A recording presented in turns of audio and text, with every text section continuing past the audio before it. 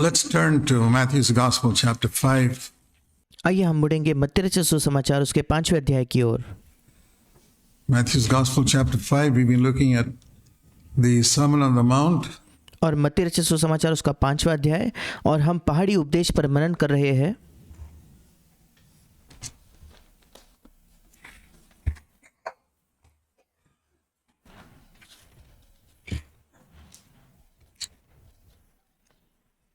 Before we look at the actual sermon itself, let's look at those few verses at the beginning. और पहाड़ी उपदेश को देखने से पहले हम जो पहले कुछ वचन है जो शुरुआत में आते हैं उन्हें आइए हम उन पर नजर डालें। It's when Jesus saw the crowds, he went up on the mountain and sat down. You know, the Old Testament prophets always stood up when they preached. और वहाँ लिखा है कि वो इस भीड़ को देखकर, पहला वचन, वो इस भीड़ को देखकर पहाड़ पर चढ़ गया और जब बैठ गया तो उसके चेले उसके पास आए। और जो पुराने नियम के सारे भविष्यद्वक्ता थे, जब भी वे प्रचार करते तब हर समय वे खड़े होते थे। You never read of an Old Testament prophet sitting down. Jesus was the first person to come and sit down and speak. आप कभी पुराने नियम में एक ऐसे भविष्यद्वक्ता के बारे में नहीं पढ़ते जो बैठकर कुछ कहता हो। यीशु वो पहला व्यक्ति था जो आया और वो बैठकर फिर उसने बात किया, प्रचार किया। And throughout the Gospels you see all the time he's sitting down and speaking. और सारे सुसमाचारों में आप हर समय देखते हो कि वो बैठकर फिर प्रचार करता है। Only once you see in the temple when he was preaching to the crowds he stood up, but most of the time he was sitting with his disciples. केवल एक ही बार आप देखते हो कि जब वो मंदिर में बड़े भीड़ से प्रचार कर रहा था तब उसने खड़ा होकर प्रचार किया, पर अधिकतर समय आप देखते हो कि वो अपने शिष्यों के साथ बैठा हुआ था। What is the difference? अब इन दोनों में अंतर क्या The है? thing is, the prophet gets up to proclaim something. बात यह है कि जो भविष्यद्वक्ता होता है वो खड़ा होता है किसी बात की घोषणा करने के लिए। Jesus sat like the head of a family, you know, like a dinner table. और यीशु मसीह जो था वो परिवार के मुखिया के समान बैठता था, बिल्कुल जैसे एक भोजन की मेज पर होता है। The father sits with all his children. कैसे भोजन करते वक्त एक पिता अपने सब बच्चों के साथ बैठता है। That is the atmosphere Jesus wanted to have with his disciples when he spoke to them. और यही एक वातावरण यीशु मसीह चाहता था अपने शिष्यों के साथ जब भी वो उनसे बात करता था।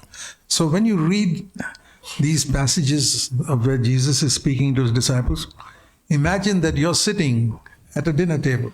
और इसलिए जब भी आप इन अध्यायों को पढ़ते हो जहाँ यीशु अपने शिष्यों से बात कर रहा है, आपको हमेशा ऐसे ही कल्पना करना है कि आप किसी भोजन करने के लिए मेज पर उसके साथ बैठे हो।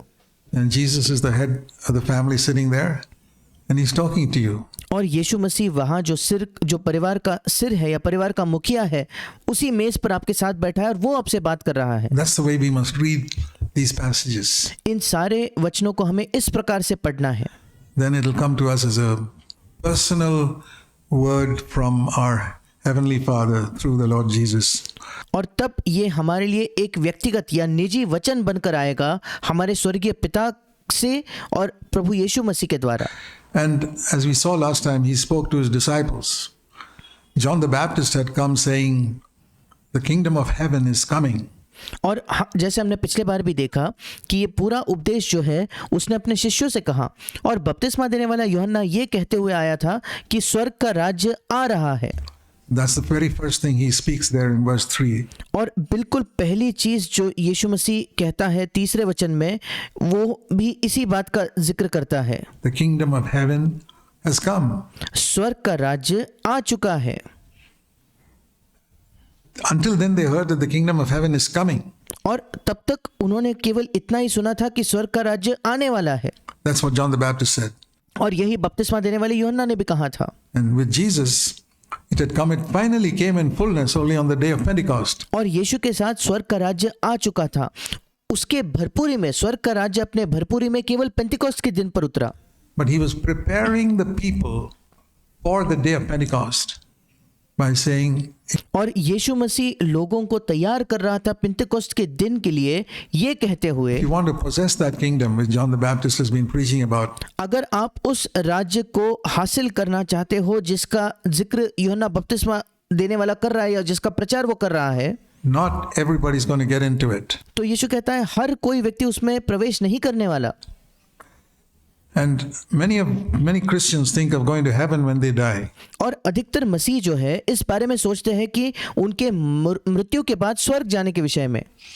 But I want to tell you, the kingdom of heaven begins here on the earth. पर मैं आपसे कहना चाहता हूं कि स्वर्ग का राज्य यहाँ इसी पृथ्वी पर शुरू होता है। It's the place where Jesus is king. और स्वर्ग का राज्य ये वो जगह है जहाँ यीशु मसीह राजा है। And you can have Jesus as king in your life. और आप यीशु को अपने जीवन में राजा बना सकते हो। And you can have Jesus as king in your home. और आप यीशु को अपने घर में राजा बना सकते हो। Then the kingdom of heaven has already begun. और अगर आप ऐसा कर लेते हो तो स्वर्ग का राज्य तो शुरू हो चुका है। As far as I'm concerned, I'm already in the kingdom of heaven. और जहाँ तक बात मेरी आती है तो मैं पहले ही स्वर्ग के राज्य में प्रवेश कर चुका हूँ। And I believe that's where we should live all the time. और मैं विश्वास करता हूँ कि हम सबको वही निरंतर जीना है। But notice here, what did John the Baptist say? If you want to enter that kingdom, repent. पर इस बात पर ध्यान दीजिए कि बपतिस्मा देने वाले यूहन्ना ने क्या कहा, अगर तुम उस राज्य में प्रवेश करना चाहते हो तो मन फिराओ। That's what he told the whole nation of Israel. और यही बात बपतिस्मा देने वाले यूहन्ना ने इस्राएल के समस्त राष्ट्र से कही। And that's what the word that we must first hear. और यही वो वचन है जो सबसे पहले हमें सुनने की आवश्यकता है।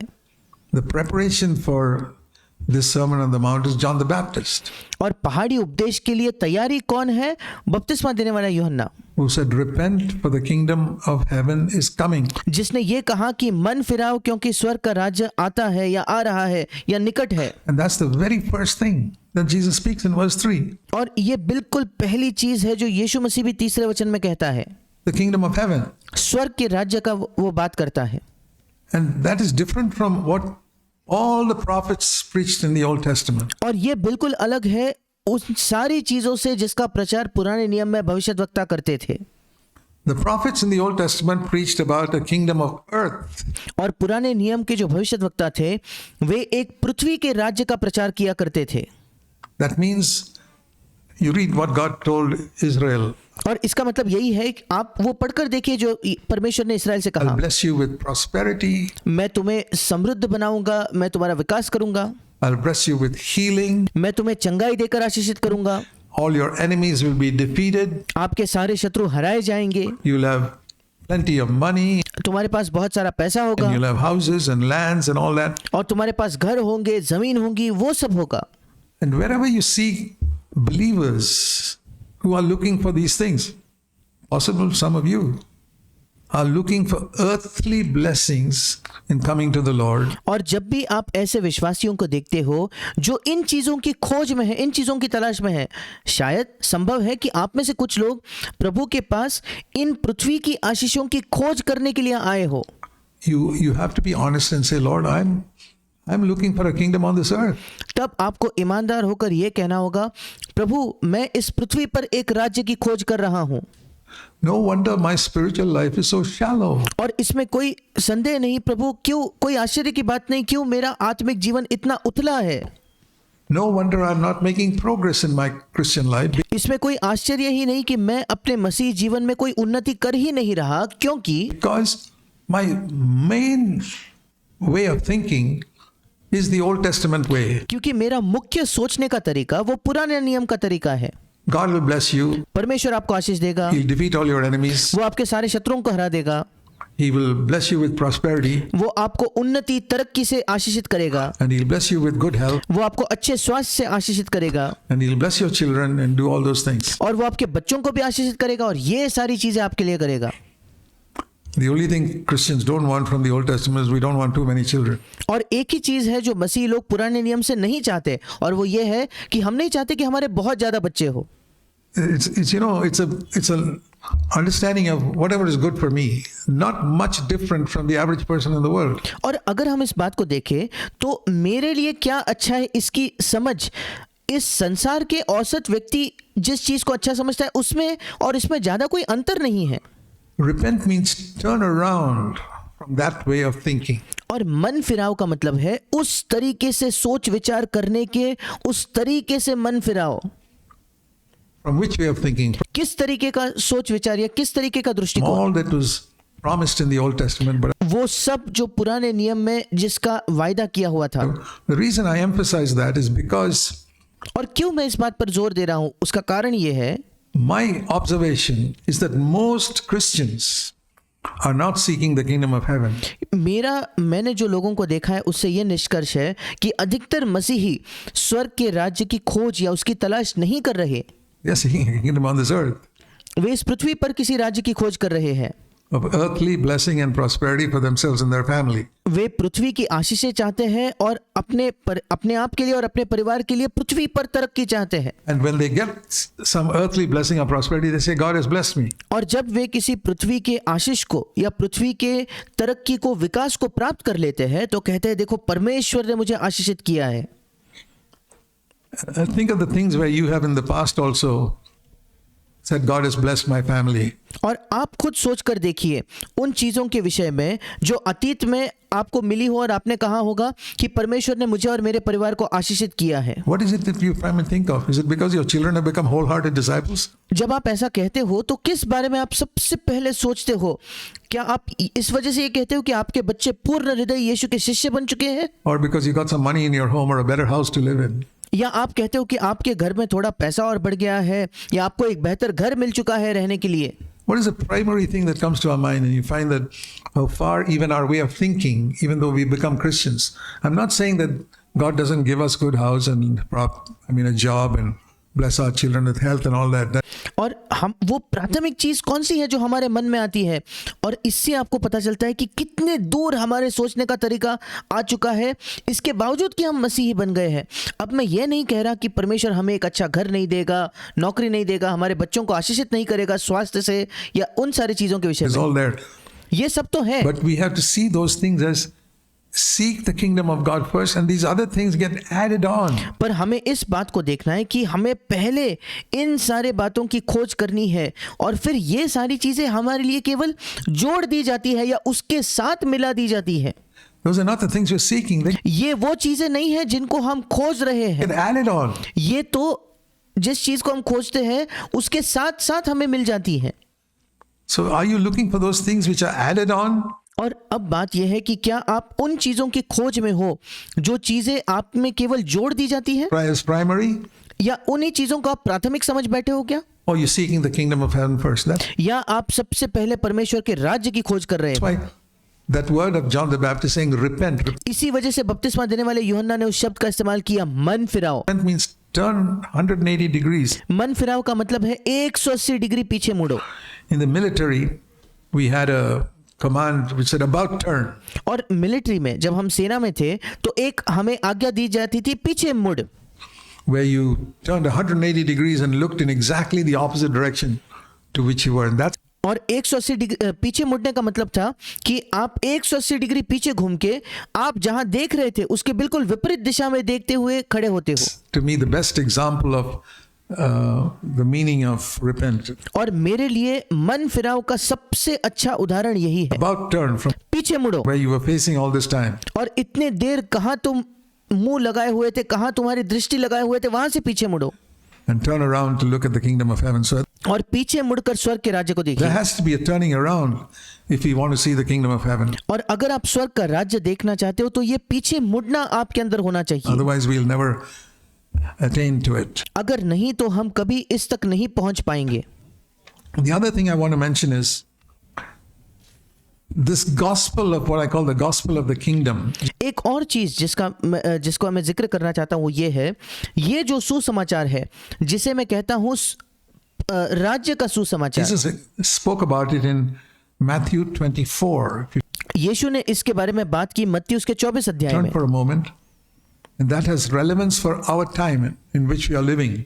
और अगर आप वहां एक क्षण के लिए मुड़ना चाहोगे और ये हमारे इस समय के लिए भी बहुत महत्व रखता है, विशेषकर इस युग में जहां हम जी रहे हैं, 2025. जब 2025 में आज जो हम जी रहे हैं, We are living in this age, हम इस युग में जब जीते हैं, and Jesus spoke about this time where he says in Matthew 24, और यीशु इन दिनों का जिक्र करते हुए मत्ती 24 में ये कहता है, and he's speaking about the last days. और यहाँ वो अंतिम दिनों की बात कर रहा है. You know, the question is, when is your, tell us, Lord, verse 3, what will be the sign of your coming and the end of the age? और यहाँ शिष्यों का प्रश्न ये है कि हमें बता ये बातें कब होगी, तेरे आने का समय क्या होगा और जगत के अंत का क्या चिन्ह होगा. That's what they're asking. What's the sign of the end of this age? और शिष्य उससे क्या पूछ रहे हैं, ये जो युग है इसके अंत का, इंग्लिश में लिखा है युग के अंत का क्या चिन्ह होगा. And 2000 years have gone by and Jesus said one mark of the end of the age will be 2000 वर्ष तो खत्म हो चुके हैं और यीशु मसीह कहता है कि युग के अंत का एक चिन्ह ये है. verse 14. 14 वचन में यीशु मसीह उसका जिक्र करता है. This gospel of the kingdom will be preached in the whole world. और राज्य का ये सुसमाचार सारे जगत में प्रचार किया जाएगा. And then the end will come. और उसके बाद अंत आएगा, या हिंदी में लिखा है तब अंत आ जाएगा. The gospel of the world will be preached. Not everybody will get converted to this gospel. और राज्य का ये सुसमाचार सारे जगत में प्रचार किया जाएगा. अब ये नहीं कि हर कोई इस सुसमाचार को मान लेगा या परिवर्तित हो जाएगा, But it will be preached in the whole world as a पर सारे संसार में उसका प्रचार किया जाएगा. testimony to all the nations. एक गवाही के तौर पर सारे राष्ट्रों को उसका प्रचार किया जाएगा. That means there is a gospel called the gospel of the kingdom. इसका मतलब एक ऐसा सुसमाचार है जिसे राज्य का सुसमाचार कहा जाता है. Now there is a gospel called in Acts 20 the gospel of the grace of God. अब एक ऐसा सुसमाचार भी है जिसका जिक्र प्रेरितों 20 में किया गया है, जिसको परमेश्वर के अनुग्रह का सुसमाचार कहा गया है. Forgiveness of sins. पापों की क्षमा. We need to distinguish between that, हमें उसमें और इसमें अंतर करने की आवश्यकता है. which is sort of the gate into God's kingdom, और वो जो है वो परमेश्वर के राज्य में आने का मानो फाटक हो, and the gospel of the kingdom itself. और उससे और राज्य के सुसमाचार में अंतर है. You know, Jesus spoke about a gate and a way that leads to life. यीशु ने जिक्र किया एक फाटक का और एक मार्ग का जो जीवन की ओर ले जाता है. It's not just a gate. वहाँ केवल फाटक नहीं है. So, gospel of the kingdom is not forgiveness of sins. और इसलिए राज्य का सुसमाचार जो है वो केवल पापों की क्षमा नहीं है. What is the gospel of the kingdom? अब राज्य का सुसमाचार का क्या मतलब है? That for many years I did not understand. अब ये क्या था, ये कई वर्षों तक मैं खुद नहीं समझ पाया था. I thought kingdom of God is heaven. और मुझे यही लगता था कि स्वर्ग का परमेश्वर का राज्य तो स्वर्ग है. No, it's here on earth. नहीं, वो यहाँ इस पृथ्वी पर है. And it's described in Romans 14. You never forget this verse. और इसका वर्णन रोमियो 14 में किया गया है. कभी भी इस वचन को ना भूले. Whenever you read about the word the kingdom of God in the New Testament, जब भी आप परमेश्वर के राज्य इस कथन को नए नियम में कभी भी पढ़ते हो तो always remember Romans 14:17. हमेशा रोमियो 14 अध्याय उसके 17 वचन को याद रखिए. I say that because I took many years to discover it, even though it was there in the Bible. अब मैं ये आपसे इसलिए कहता हूँ क्योंकि मुझे कई वर्ष लग गए इसे खोजने में, इसके बावजूद कि ये बाइबल में लिखा हुआ था. Plain words, Romans बिल्कुल साफ शब्द है. 14:17. रोमियो उसका 14 अध्याय 17 वचन. What is the kingdom of God? परमेश्वर का राज्य क्या है? The Holy Spirit says. पवित्र आत्मा ये कहता है. Romans 14:17. A रोमियो की पत्री 14 अध्याय 17 वचन. definition. यहाँ एक परिभाषा दी हुई है. The kingdom of God is not heaven. परमेश्वर का राज्य स्वर्ग नहीं है. The kingdom of God is not eating and drinking. It 17 वचन, परमेश्वर का राज्य खाना पीना नहीं. means it's not earthly blessing at all. इसका मतलब ये पृथ्वी की आशीष बिल्कुल भी नहीं है. The kingdom of God is righteousness and peace and joy. And not just righteousness, peace and joy, but और परमेश्वर का राज्य है धर्म या धार्मिकता और मेल मिलाप या शांति और आनंद. और परमेश्वर का राज्य केवल धार्मिकता, मेल मिलाप और आनंद केवल नहीं है. righteousness that comes through the Holy Spirit. वो है धार्मिकता जो पवित्र आत्मा से आती है. And joy that comes through the whole peace that comes through the Holy Spirit. और मेल मिलाप या शांति जो पवित्र आत्मा की ओर से आती है. And joy that comes through the Holy Spirit. और आनंद जो पवित्र आत्मा की ओर से आता है. If you are not seeking for righteousness that comes through the Holy Spirit and peace that comes from the Holy Spirit and joy that comes from the Holy Spirit, you are not seeking the kingdom of God. अगर आप उस धार्मिकता की खोज नहीं कर रहे जो पवित्र आत्मा की ओर से आता है, अगर आप उस शांति की खोज नहीं कर रहे जो पवित्र आत्मा की ओर से आता है, और अगर आप उस आनंद की खोज नहीं कर रहे जो पवित्र आत्मा की ओर से आता है, तो आप परमेश्वर के राज्य की खोज नहीं कर रहे। And this gospel of the kingdom, that means in the last days, और ये राज्य का ये सुसमाचार, इसका मतलब अंतिम दिनों में there are going to be preachers ऐसे प्रचारक होंगे in the last days अंतिम दिनों में around the world पूरे संसार में, who will be preaching righteousness, जो धार्मिकता का प्रचार करेंगे, who will be preaching about holiness through the power, it says here, through the power of the Holy Spirit. जो पवित्रता के प्रचार करेंगे सामर्थ्य के द्वारा, यहाँ लिखा है पवित्र आत्मा के सामर्थ्य के द्वारा वे पवित्रता का प्रचार करेंगे। Not just holiness, but holiness through the power of the Holy Spirit. केवल पवित्रता नहीं, पर ऐसी पवित्रता जो पवित्र आत्मा के सामर्थ्य से आती है। Who will be preaching about peace. जो शांति का प्रचार करेंगे। Peace means peace in your heart, freedom शांति का मतलब है आपके हृदय में शांति, from anxiety, चिंता से स्वतंत्रता, and peace with all people through the power of the Holy Spirit. और सब लोगों के साथ शांति पवित्र आत्मा के सामर्थ्य के द्वारा। And who will be preaching a life where we rejoice always. और जो ऐसे प्रचारक होंगे जो एक ऐसे जीवन का प्रचार करेंगे जहां हम निरंतर आनंद मनाते हैं Through the power of the Holy Spirit. पवित्र आत्मा के सामर्थ्य के द्वारा। That is the kingdom of God. ये परमेश्वर का राज्य है। And you ask yourself, if you've heard other preachers, how many preachers have you heard preaching that? अब आप अपने आप से प्रश्न पूछिए, आप अपने आप से प्रश्न कीजिए, अगर आपने अन्य प्रचारकों को भी सुना है तो ऐसे कितने और प्रचारक हैं जिनको आपने ये प्रचार करते हुए सुना है? Very few. बहुत ही कम। I'll tell you honestly, very few. मैं आपको ईमानदारी से कहता हूँ, बहुत ही कम। In all the years I was in the other denominations for 16 years. और उन सारे वर्षों में जब मैं अन्य पंथों में था, दूसरे डिनोमिनेशंस में था, 16 वर्षों तक, I never heard one preacher tell me how to come to a life of righteousness in the power of the Holy Spirit. मैंने कभी एक प्रचारक को मुझे ये बताते हुए नहीं सुना कि कैसे मैं एक धार्मिकता के जीवन में प्रवेश कर सकता हूँ पवित्र आत्मा के सामर्थ्य के द्वारा। That means how to overcome sin. इसका मतलब कैसे पाप पर विजय पाया जाए, And how to come to a life where I'm free from anxiety, और कैसे एक ऐसे जीवन में प्रवेश करूं जो चिंता से स्वतंत्र है, चिंता से मुक्त है, which is peace in the Holy Spirit. जो है पवित्र आत्मा में शांति, And how to come to a life where I rejoice 24 hours a day through the Holy Spirit. और कैसे मैं एक ऐसे जीवन में आऊं जहां मैं दिन के 24 घंटे आनंद कर पाऊं पवित्र आत्मा के द्वारा। I never heard it. I मैंने कभी किसी से ये नहीं सुना। find it for myself in God's word. मुझे खुद परमेश्वर के वचन में ये बातें ढूंढनी पड़ी, But I thank God I found it पर मैं परमेश्वर का धन्यवाद देता हूं कि मुझे ये बातें मिल गई, so that I could share it with others. ताकि मैं दूसरों के साथ ये साझा कर पाया। And my dear brothers, you don't have to be a preacher. और मेरे प्रिय भाइयों, आपको प्रचारक होने की आवश्यकता नहीं। If you have experienced that yourself, you can be one of those people proclaiming this gospel of the kingdom. अगर आपने स्वयं इसका अनुभव किया है तो आप भी उन लोगों में से एक हो सकते हो जो राज्य के इस सुसमाचार की घोषणा करते हैं। And not just the gospel of the forgiveness of sins. Everywhere you और ना केवल पापों के क्षमा का सुसमाचार हर जगह, केवल उतना ही नहीं, add to the number of preachers who are doing it. They're very, very few. आप इस पहले सुसमाचार के प्रचार करने वाले प्रचारकों में जुड़ जाइए, क्योंकि उनकी संख्या बहुत ही कम है। And we pray that a number of people in NCCF here will increase that number.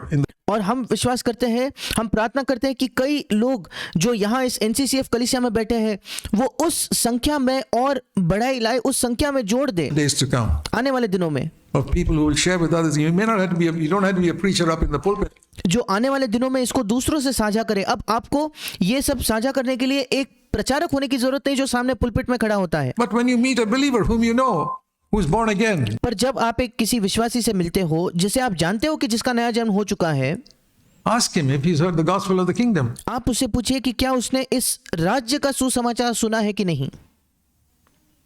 Even if you're not called to witness to unbelievers, अगर आपको अविश्वासियों को गवाही देने के लिए बुलाहट नहीं है, फिर भी you know some believers. आप कुछ विश्वासियों को जानते हो, Why not ask them whether they've heard the gospel of the kingdom आप क्यों उनसे ये प्रश्न नहीं करते कि उन्होंने राज्य का सुसमाचार सुना है या नहीं, and explain to them what the gospel of the kingdom is, और आप उन्हें समझाइए कि राज्य का सुसमाचार इसका अर्थ क्या है, which is going to be proclaimed, Jesus said, in the last days. जिसकी घोषणा की जाने वाली है, जैसे यीशु ने कहा अंतिम दिनों में। What did you read? आपने क्या पढ़ा? Read that again in Matthew 24. फिर एक बार आप पढ़िए उसे, मत्ती उसके 24वें अध्याय में। The gospel of the kingdom will be proclaimed in the whole world, and then the end will come. राज्य का ये सुसमाचार सारे जगत में प्रचार किया जाएगा, तब अंत आ जाएगा। I say, Lord, I want you to come back soon, और मैं कहता हूँ, प्रभु मैं चाहता हूँ कि तू जल्द वापस आए, but I want to hasten that by proclaiming the gospel of the kingdom. Anyway, और मैं उसमें जल्दी करना चाहता हूँ ताकि राज्य के सुसमाचार का प्रचार करके मैं उसे और जल्दी उस घटना को करना चाहता हूँ। I have been gripped by it. और जो भी कहो, मैं इस बात से जकड़ा गया हूँ। That's why I don't preach anything else. इसी वजह से मैं किसी और बात का प्रचार करता ही नहीं। There are enough people preaching about Christ died on the cross, your sins can be forgiven. पर्याप्त लोग हैं जो इसका प्रचार कर रहे हैं कि मसीह आपके लिए क्रूस पर मरा, आपके पाप क्षमा हो सकते हैं। But how many people are preaching the gospel of the kingdom? पर कितने लोग हैं जो राज्य के सुसमाचार का प्रचार कर रहे Why हैं? don't you live that and add to that number? अब क्यों आप ऐसा जीते नहीं और इस संख्या में जोड़ते नहीं? That will preach the gospel of the kingdom. It will make जो लोग राज्य के सुसमाचार का प्रचार करेंगे, a tremendous difference. ये बहुत बड़ा एक बदलाव लाएगा। That was the whole purpose of the day of Pentecost was this. और पेंटिकोस्ट के दिन का संपूर्ण मकसद ही यही था। Forgiveness of sins is just cleaning the empty cup. और पापों की क्षमा केवल उस खाली प्याले को साफ करना होता है। God wants to fill that with the gospel of the kingdom. परमेश्वर उस खाली प्याले को भरना चाहता है राज्य के सुसमाचार के साथ। So, in the last verse of the Sermon on the Mount, Matthew 7:29, और पहाड़ी उपदेश के अंतिम वचन में मत्ती 7:29 में it says in Matthew 7, it says how they were amazed at his teaching and as one having authority. Matthew 7:29. और आप देखते हो मत्ती 7:29 में, हिंदी में 28 में लिखा है कि सब लोग उसके उपदेश से चकित हो गए। And I like it's paraphrased in the Living Bible as, it was obvious that Jesus had lived what he was preaching. और 29 वचन में, इसका लिविंग बाइबल के भावानुवाद में मुझे एक चीज़ बहुत ही सुंदर लगती है। वहाँ लिखा है कि यीशु के प्रचार से ये साफ हो गया था कि यीशु जो प्रचार कर रहा था वही वो खुद जीता था। That's the message paraphrase of Matthew 7:29. It was और मैसेज बाइबल के भावानुवाद में मत्ती 7:29 वचन को इस प्रकार से लिखा है, obvious at the end of the Sermon on the Mount पहाड़ी उपदेश के अंत में ये साफ हो गया था that he had lived every word that he was preaching. हर उस शब्द का जिसका प्रचार यीशु ने किया था वो खुद इस प्रकार से जी रहा था। That's a great testimony to have. और ये एक अद्भुत गवाही है जो आपकी हो सकती है। That when you share the gospel, you may not preach from a pulpit, but when you share the gospel, जब भी आप सुसमाचार का प्रचार करो, शायद आप कभी पुलपिट से प्रचार नहीं करोगे, पर जब भी आप सुसमाचार को साझा करो तो one-on-one to somebody, अकेले में किसी से अगर आप उसे कह रहे हो तो it should be obvious to him that it's not something that's coming out of a head. और सामने वाले व्यक्ति के लिए ये बात साफ हो जानी चाहिए कि आप जो भी कह रहे हो ये केवल आपके दिमाग से नहीं आ रहा, But it is obvious that you are living what you are preaching because you are passionate about it. पर उसको ये साफ हो जाएगा कि जो भी आप प्रचार कर रहे हो आप खुद वो जी रहे हो, क्योंकि आप उसके बारे में एक बहुत ज्यादा तीव्र भावना को रखते हो। A lot of Christians, they preach the gospel in a sort of way as if they are apologizing. और कई मसीही लोग सुसमाचार का प्रचार इस तरीके से कहते हैं मानो वो किसी से माफी मांग रहे हैं। I'm not apologizing for the gospel I preach. जिस सुसमाचार का मैं प्रचार करता हूँ उसके लिए मैं माफी नहीं मांगता, I'm passionate about it. मैं उसके बारे में उत्साही हूँ, मैं बड़े उत्साह से, बड़े जोश से उसका प्रचार करता हूँ। Because I hope you're living what you share with others. It is और मैं आशा करता हूँ कि आप जो दूसरों से साझा करते हो आप खुद वैसे जीवन जीते हो। obvious that he had lived what he was preaching. And बिल्कुल साफ था कि जो वो प्रचार कर रहा था वैसा ही जीवन वो खुद जीता था। that's a very good thought to have when we begin to study the Sermon on the Mount. और ये एक बहुत अच्छा विचार है जो हमारे अंदर हो सकता है जब हम पहाड़ी उपदेश के अध्ययन का शुरू करते हैं। That the primary way we share this with others प्राथमिक तरीका कैसे हम ये चीजों को दूसरों से, इन चीजों का दूसरों से साझा करते हैं, is by living it out in our life first, वो ये है कि सबसे पहले हम अपने जीवन में पहले वैसे जिए, and then speaking what has gripped us in our heart. और जिस चीज ने हमारे हृदय में हमें जकड़ लिया है उसी को हम कहें। And it's like, it's like somebody said the gospel is one beggar telling another beggar where he can find bread. और ये बिल्कुल ऐसा है, क्या आप जानते हो कि किसी ने ये कहा था कि सुसमाचार ये ऐसा है मानो एक भिखारी दूसरे भिखारी को कहता है कि रोटी कहाँ मिल सकती है, Or one leper telling another leper how he can be cleansed. या एक कोढ़ी दूसरे कोढ़ी से कहता है कि कैसे वो शुद्ध हो सकता है। Or in today's language, someone who got cancer, या आज की भाषा में अगर कहे तो एक ऐसा व्यक्ति जिसको कैंसर हुआ है, saying, I had cancer worse than you, brother. और वो कहता है कि भाई तुझसे बदतर कैंसर तो मुझे हुआ था, But here's a place I went and I got a treatment and I'm completely cured. पर देखो यहाँ एक जगह है जहाँ मैं खुद गया था और मुझे वहाँ मेरा इलाज किया गया और मैं बिल्कुल स्वस्थ हो गया हूँ, चंगा हो गया हूँ। That is the real gospel. ये है सच्चा सुसमाचार। Something that has delivered me from the cancer of sin. वो ऐसी कोई चीज है जिसने मुझे इस पाप रूपी कैंसर से छुड़ाया है या बचाया है। So with so much as an introduction, let's go on to, we looked at it this last time that the Sermon on the Mount can be summed up as 9 right attitudes and then 9 wrong attitudes. और ये सब परिचय था, और इस परिचय के साथ आइए हम आगे बढ़ेंगे। पिछले बार हमने पहाड़ी उपदेश को जब देखा तो हमने कहा कि पहाड़ी उपदेश को सारांश में इस तरीके से कहा जा सकता है कि 9 सही रवैये और उसके बाद 9 गलत रवैये। The rest, the 9 right attitudes are here from verse 3 onwards till verse 12. और जो 9 सही रवैये है वो यहाँ है वचन 3 से, मत्ती उसके 5वें अध्याय के 3रे वचन से लेकर 12वें वचन तक। So we look at those slowly, we don't want to rush into it. और हम धीरे से इन सारे चीजों को देखेंगे, हम जल्दबाजी हड़बड़ी नहीं करना चाहते इन चीजों में। So first of all, I want to go at this word blessed. और सबसे पहले ये जो धन्य शब्द यहाँ आया है उस धन्य शब्द के बारे में मैं कुछ कहना चाहता हूँ। So let me read to you the word blessed from the from the Amplified Bible. और धन्य इस शब्द को मैं आपके लिए, जो इंग्लिश में एक एम्पलीफाइड बाइबल है या विस्तारित बाइबल जो है, उसमें से मैं आपको ये शब्द पढ़ के दिखाना चाहता हूँ। The Amplified Bible, I use it regularly. It's a Bible that explains each word of the Greek language or the Hebrew, the Old Testament, the expanded meaning of it.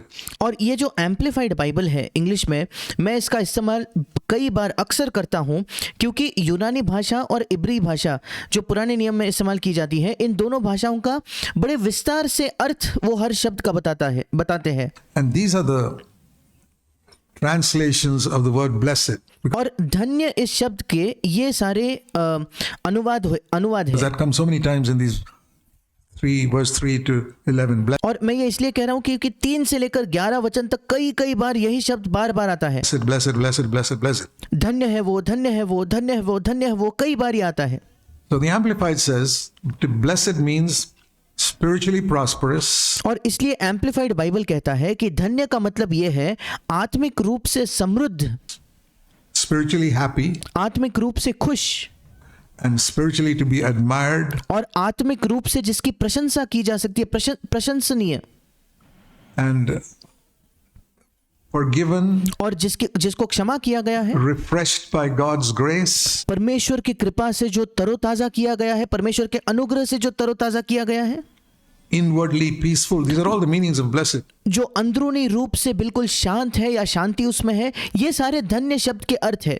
Spiritually secure, आत्मिक रूप से सुरक्षित, spiritually worthy of respect, आत्मिक रूप से सम्मान या आदर के योग्य, joyful, आनंदित, nourished by God's goodness, परमेश्वर के भलाई से पोषित वो है, perfectly content, पूर्णतः संतुष्ट, spiritually sheltered by God's promises, और परमेश्वर के वादों से वो परमेश्वर के वादे उसे मानो आश्रय देते हैं आत्मिक रूप से, anticipating God's presence, और परमेश्वर की उपस्थिति का आशा करने वाला, spiritually mature, आत्मिक रूप से बिल्कुल परिपक्व या सयाना, and spiritually calm आत्मिक रूप से बिल्कुल वो शांत है with a life joy in God's favor, और परमेश्वर की कृपा दृष्टि की वजह से एक आनंदित जीवन उसका है, comforted by inner peace and God's love, और अंदरूनी शांति और परमेश्वर के प्रेम से उसका सांत्वना हो चुका है, morally courageous, नैतिक रूप से बिल्कुल साहसी वो है, and spiritually alive और परमेश्वर वो बिल्कुल आत्मिक रूप में जीवित है with life joy in God's goodness. और परमेश्वर के भलाई में एक जीवन और आनंद से वो आत्मिक तौर पर जीवित है। These are the definitions of blessed in the Amplified Bible. और एम्पलीफाइड बाइबल में धन्य इस शब्द के ये अलग अलग परिभाषाएं हैं। It's a very good Bible. I find it very useful because ये एक बहुत ही अच्छी बाइबल है और मैं इसे बहुत ज्यादा उपयोगी मानता it हूँ, expands the meaning of different words going back to the original language. क्योंकि जो अलग अलग शब्द है उसका मूल भाषा में लेकर उसे बड़े विस्तार से उसके अर्थ वो बताता है। So much for what it stands for. और धन्य शब्द के ये सारे अर्थ है। And let's think about one of the things it says is, here is the person you should envy. अब एक अर्थ जो उसका है, यहाँ एक व्यक्ति है जिससे मानो आपको ईर्ष्या होनी चाहिए। You know, the world, people envy somebody who's rich, क्या आप जानते हो इस संसार में लोग ऐसे लोगों की ईर्ष्या करते हैं जो अमीर है, or somebody who's famous, or जो बड़ा लोकप्रिय है, somebody who's a great athlete, या कोई बड़ा खिलाड़ी है, or somebody who's famous in some other way. या कोई अलग तरीके से अगर कोई बड़ा जाना माना है, लोकप्रिय है तो। And here the Lord is saying, who should you really envy? और यहाँ प्रभु कह रहा है कि वाकई में किस व्यक्ति से आपको ईर्ष्या रखनी चाहिए। A true Christian is not envying these film stars and athletes and people who are famous for all that thing. एक सच्चा मसीही कभी भी इन फिल्म अभिनेताओं का या खिलाड़ियों का या अन्य लोगों की ईर्ष्या नहीं कर रहा जो अलग अलग चीजों के लिए लोकप्रिय है या जाने माने हैं। If you really want to envy somebody, अगर आप वाकई किसी से ईर्ष्या करना चाहते हो तो envy someone in a good way, एक अच्छे तरीके से किसी की ईर्ष्या आप कर सकते हो, because you want to imitate him. क्योंकि आप उसके समान बनना चाहते हो, उसकी नकल करना चाहते हो। Is the one who is poor in spirit. और ये वो व्यक्ति है जो आत्मा में दीन है, या इंग्लिश में लिखा है वो अपने आत्मा में गरीब है। That is the person to be envied. ये वो व्यक्ति है जिससे हम ईर्ष्या कर सकते हैं।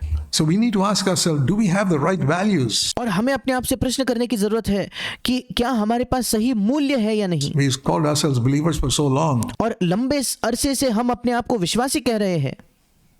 Who are you envying? Who are you teaching your children to envy?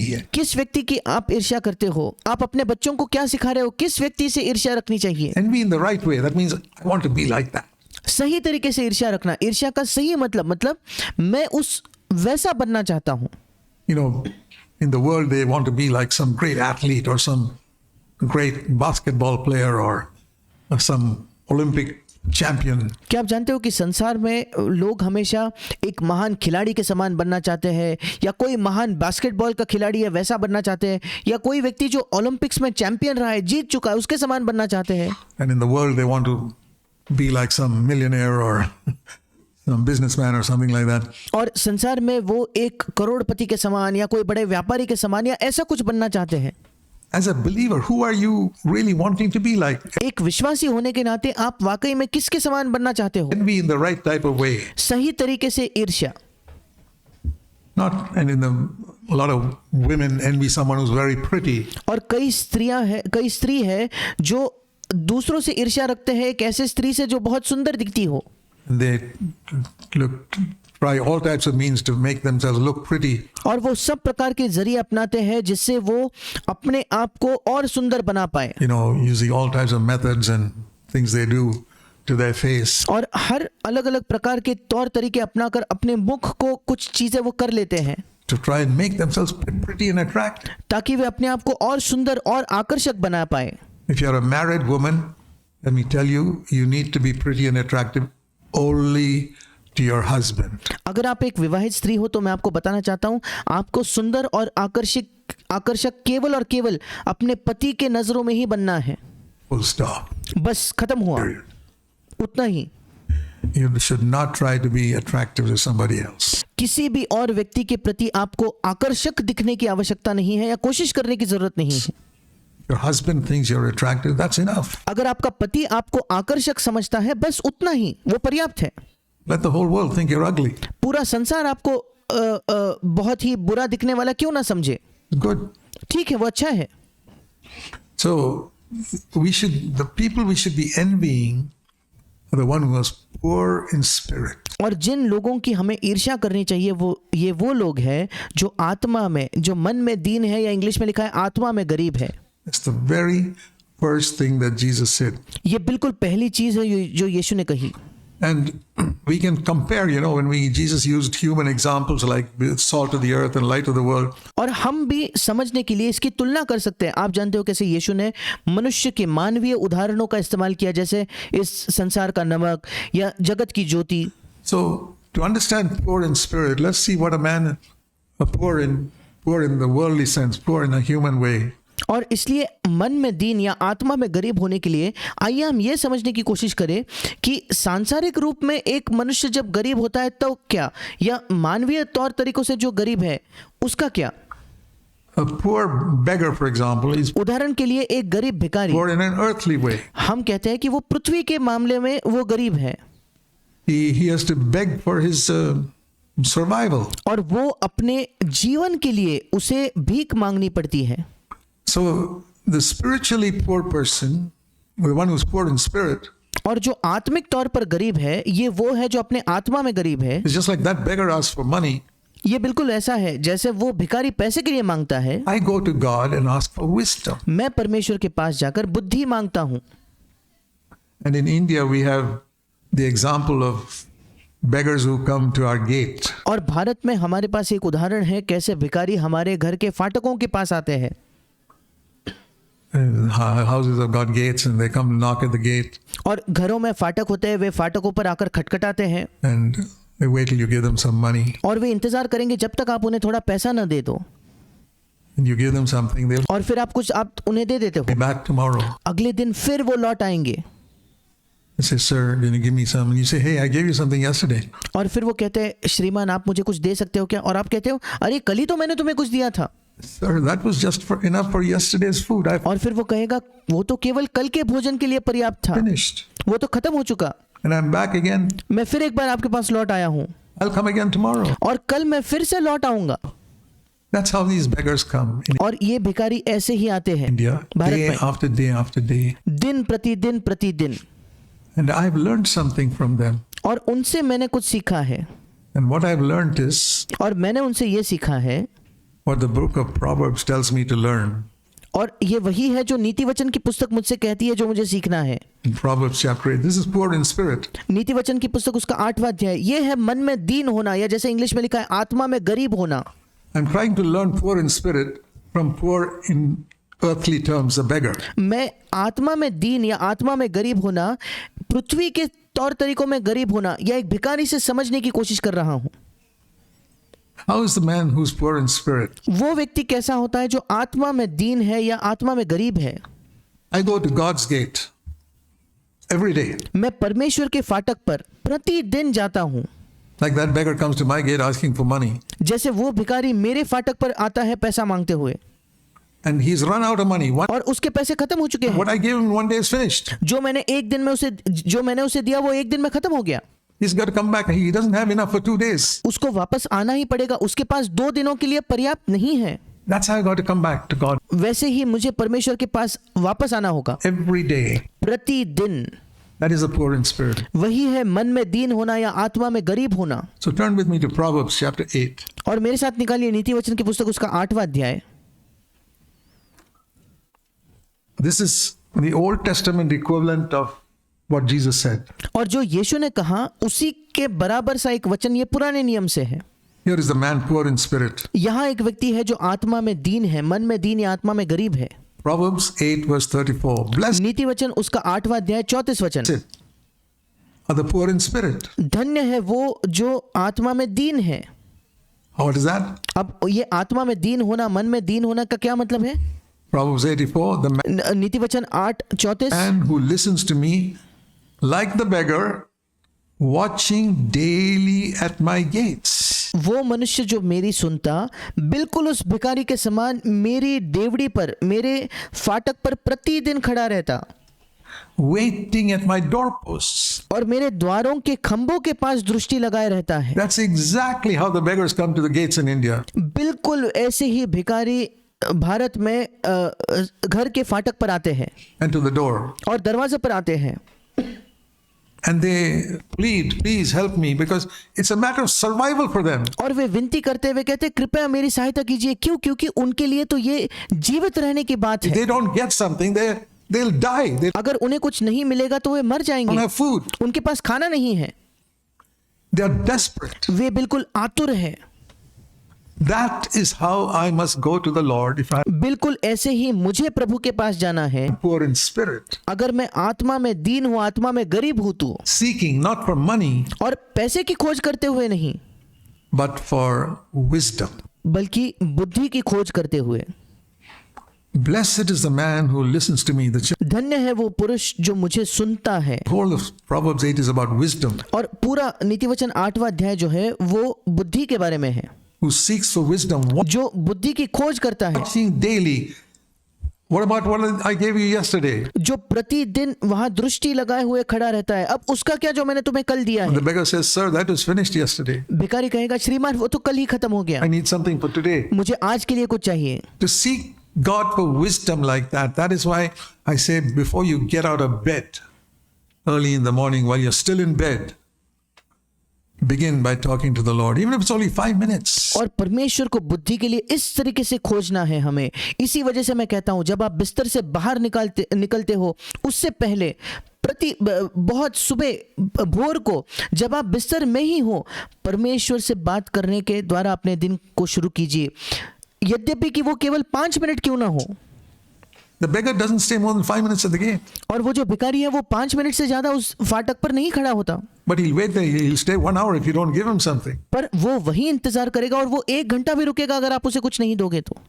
Lord, I want you to give me wisdom for today. प्रभु मैं चाहता हूं कि आज के लिए तू मुझे बुद्धि दे। I'm not asking for the whole week or the whole year, just for today. मैं संपूर्ण हफ्ते के लिए नहीं मांग रहा, मैं संपूर्ण वर्ष के लिए नहीं मांग रहा, केवल आज के लिए प्रभु Give me wisdom. मुझे बुद्धि दे। I'm needy. मैं जरूरतमंद हूँ, I need spiritual wisdom. मुझे आत्मिक बुद्धि चाहिए। Watching daily at my gates, प्रतिदिन मेरे डेवड़ी पर खड़ा होता है, waiting at my doorposts, मेरे द्वारों के खंभों के पास दृष्टि लगाए रहता है। इंग्लिश में लिखा है इंतजार करता है, because he who finds me finds life. क्योंकि वहां लिखा है जो मुझे पाता है वो जीवन को पाता है। अगले वचन में ऐसे लिखा है And obtains favor from the Lord. और परमेश्वर की ओर से कृपा दृष्टि हासिल करता है। So that is being poor in spirit.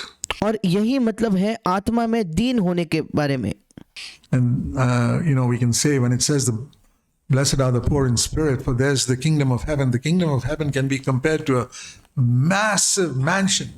और जब हम कहते हैं कि मन में दीन वो धन्य क्योंकि स्वर्ग का राज्य उन्हीं का है, तो स्वर्ग के राज्य की तुलना एक बड़े बड़े महल से की जा सकती है, with many many rooms, full of God's riches. जिसमें कई कई कमरे हैं जो परमेश्वर के धन से भरपूर हैं, भरे हुए हैं, The riches of his wisdom.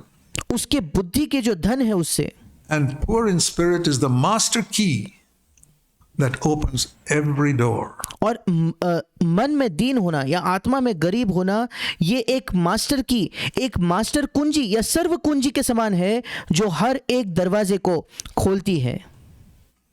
There's a thing called a master key sometimes in some buildings which can open every door. क्या आप जानते हो कभी कभी एक मास्टर की या हिंदी में जिसे सर्व कुंजी या मास्टर कुंजी कहा जाता है, एक ऐसी चाबी होती है जो किसी इमारत में हर एक दरवाजे को खोल सकती है। The same key opens every door in the एक ही चाबी है जो हर दरवाजे को खोलती है। master key that opens every door in the kingdom of heaven. और बिल्कुल वैसे ही एक सर्व कुंजी है जो स्वर्ग के राज्य के हर एक दरवाजे को खोल सकती है। It's called being poor in spirit. उसे कहा जाता है आत्मा में दीन होना, मन में दीन होना या गरीब होना। What does it mean to be poor in spirit? It अब आत्मा में दीन होने का क्या मतलब है? means to be aware of our need. That इसका मतलब है हमारे ही आवश्यकता के बारे में एहसास होना। beggar who comes to the gate, जो भिखारी फाटक पर आता है he is aware of his physical need. उसके शारीरिक आवश्यकता, शारीरिक जरूरत के विषय में उसे एहसास है, There's something in his body crying out for food, और उसके शरीर में ऐसा कुछ है जो भोजन की मांग कर रहा है, रो रहा है, and he needs money for food. और उसे भोजन के लिए पैसा चाहिए. So there's a cry in him that drives him to go house to house begging for money. और इसलिए उसके अंदर एक पुकार है जो उसे विवश करती है, घर से घर, यहाँ से वहां जाने के लिए पैसे का भीख मांगते हुए. And that's been a great example for me because I've seen so many beggars in my life in India. और ये मेरे लिए एक बड़ा उदाहरण रहा है क्योंकि मैंने अपने भारत में अपने जीवन भर में कई कई भिखारियों को देखा है, And they're not ashamed to beg. और उन्हें कोई शर्म नहीं आती भीख मांगने से. They'll beg on the street, वे सड़कों पर भीख they'll मांगेंगे, beg in the house to house. घर घर जाकर वे भीख मांगेंगे. And I say, Lord, I don't want to be ashamed to come to you and say, I don't have wisdom. और मैं कहता हूँ, प्रभु, मैं नहीं चाहता कि मुझे लज्जा महसूस हो, शर्म आए कि मैं आपके पास आकर ये कहूँ, प्रभु मेरे पास बुद्धि नहीं है, I don't have it. मेरे पास नहीं है प्रभु. What you gave me yesterday was enough for yesterday. I want it today. जो तूने मुझे कल दिया वो कल के लिए पर्याप्त था, मैं आज वो फिर चाहता हूँ. Blessed is the man who watches daily at my gates. धन्य है वो पुरुष जो प्रतिदिन मेरे डेवड़ी पर खड़ा होता है, मेरे फाटक पर खड़ा होता है. That is poor in spirits. यही है आत्मा में दीन होना, गरीब होना. So, and it says the whole kingdom of heaven is there. You got the master key to open every single door in the kingdom. और यहाँ लिखा है स्वर्ग का राज्य उन्हीं का है, मतलब उस स्वर्ग के राज्य के हर एक दरवाजे की खोलने की जो एक चाबी है, एक सर्व कुंजी है, वो मानो आपको मिल चुकी है. Why is it we remain spiritually poor? ऐसा क्यों है कि हम आत्मिक तौर पर गरीब बनकर रहते हैं? Why is it we are struggling as if we are not eating enough spiritually? ऐसा क्यों है कि हम इतना संघर्ष करते हैं मानो हम आत्मिक तौर पर पर्याप्त भोजन नहीं कर रहे? Why is it we're not becoming stronger? A person ऐसा क्यों नहीं कि हम बलवंत नहीं बन रहे? who's eating regularly will be healthy and strong. एक व्यक्ति जो निरंतर भोजन करता है वो स्वस्थ बनेगा, वो बलवंत बनेगा, Because we are not waiting daily at the gates. क्योंकि हम प्रतिदिन फाटक पर इंतजार नहीं कर रहे, खड़े नहीं हैं. So, the other picture we can have is like Jesus spoke about the branch in the vine. और दूसरा चित्र जो हमारे पास हो सकता है वो वैसा है जैसे यीशु ने कहा, एक पेड़ में जो डाली बनी रहती है. You can picture branch is another picture of poor in spirit. और डाली जो है आत्मा में दीन होने का दूसरा एक चित्र है. A branch can produce zero fruit. एक जो डाली है वो बिल्कुल शून्य फल को उत्पन्न कर सकता है. You've often heard me say that. आपने कई बार मुझे ये कहते हुए सुना है. It's impossible for a branch to produce fruit no matter how much it tries. एक पेड़ के लिए, एक डाली के लिए फल को उत्पन्न करना असंभव है, चाहे वो कितनी भी कोशिश क्यों ना कर ले. But when the branch is in the tree, पर जब वो डाली पेड़ में बनी रहती है तो in Israel, Jesus spoke about the vine because that was very common. इस्राएल में यीशु ने उस दाखलता की बात की क्योंकि वो बड़ा आम था उस समय. But look at a very common tree in India would say a mango tree. पर भारत में बड़े आम पेड़ की बात कीजिए तो आप कह सकते हो एक आम का पेड़, Or here you'd say an apple, whatever tree या यहाँ आप कह सकते हो सेब का पेड़, या कोई भी एक पेड़, you're familiar with. जो भी पेड़ आप जानते हो. It's if that branch is in the tree, it is without any effort, it produces apples. अगर वो डाली उस पेड़ में बनी रहती है तो बिना किसी मेहनत के वो अपने आप से सेब उत्पन्न करते ही रहती है. The branch does not have to struggle. उस डाली को संघर्ष नहीं करना पड़ता. The Christian life is not meant to be a struggle. और मसीही जीवन ये संघर्ष नहीं होना चाहिए, वो संघर्ष के तौर पर नहीं होना चाहिए. Hebrews chapter 4 speaks of it as a life of rest. इब्रानियों की पत्री उसके 4 अध्याय में मसीह जीवन का वर्णन एक विश्राम के जीवन से किया गया है. The land of Canaan. और कनान की भूमि, कनान का देश. If you read Hebrews chapter 3 and chapter 4, when you get some time, read Hebrews 3 and chapter 4, chapter 3 and chapter 4. इब्रानियों 3 और 4 को अगर आप पढ़ो तो जब भी आपको समय मिले इब्रानियों की पत्री उसका 3 और 4 अध्याय पढ़िए. The land of Canaan is called a life of rest. Kanan की जो भूमि है उसे विश्राम का जीवन कहा गया है. That is the land into which God wanted to bring the Israelites and which He wanted to bring us. ये वो जमीन है जिसमें परमेश्वर इस्राएलियों को लाना चाहता था और यही वो जगह है जहां वो हमें लाना चाहता है. The wilderness was not a life of rest, it was और जो मरुभूमि थी वो विश्राम का जीवन नहीं था, Constant struggle and fight and all types of problems. उसमें निरंतर संघर्ष था, लड़ाई थी, सब प्रकार की समस्याएं थी। Egypt was another place. There were 3 places in the Old Testament. और मिस्र एक और जगह थी। पुराने नियम में अगर आप देखो तो 3 अलग अलग जगह थे। Egypt, the wilderness, and Canaan. मिस्र देश था, फिर वो मरुभूमि थी या जंगल था, और फिर कनान था।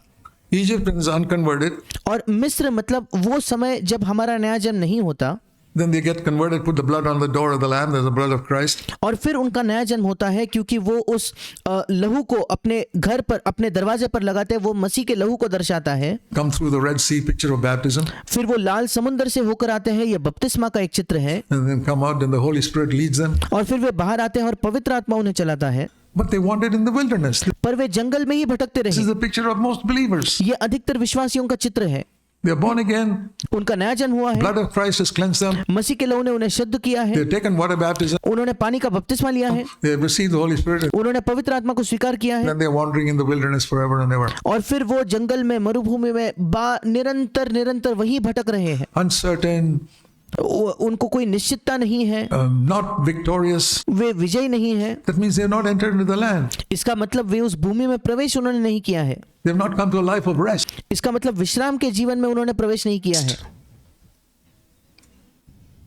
And the reason is because they are not poor in spirit. और उसका कारण ये है कि वे मन में दीन नहीं है, आत्मा में गरीब नहीं है। So the poor in spirit enter like the branch in the tree without any effort.